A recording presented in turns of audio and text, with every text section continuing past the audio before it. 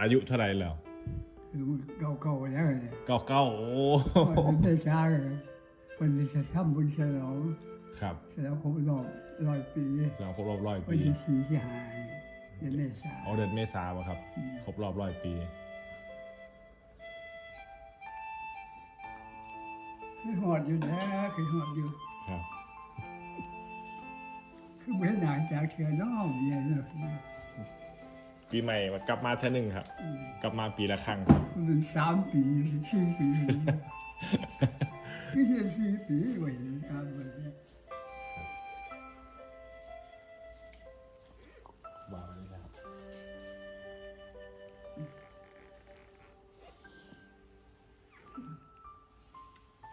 เออ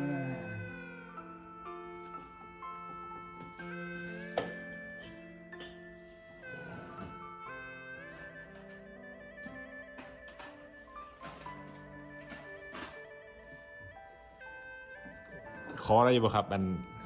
สายรัดแขนนี่คอได้อยู่ป่ะ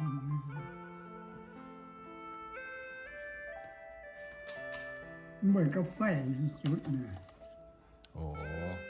คอเป็นแจกอัน จุดสุดมันก็ไฟอะไรเนี่ย ครับเอาไปแจกงูเพื่อน อืม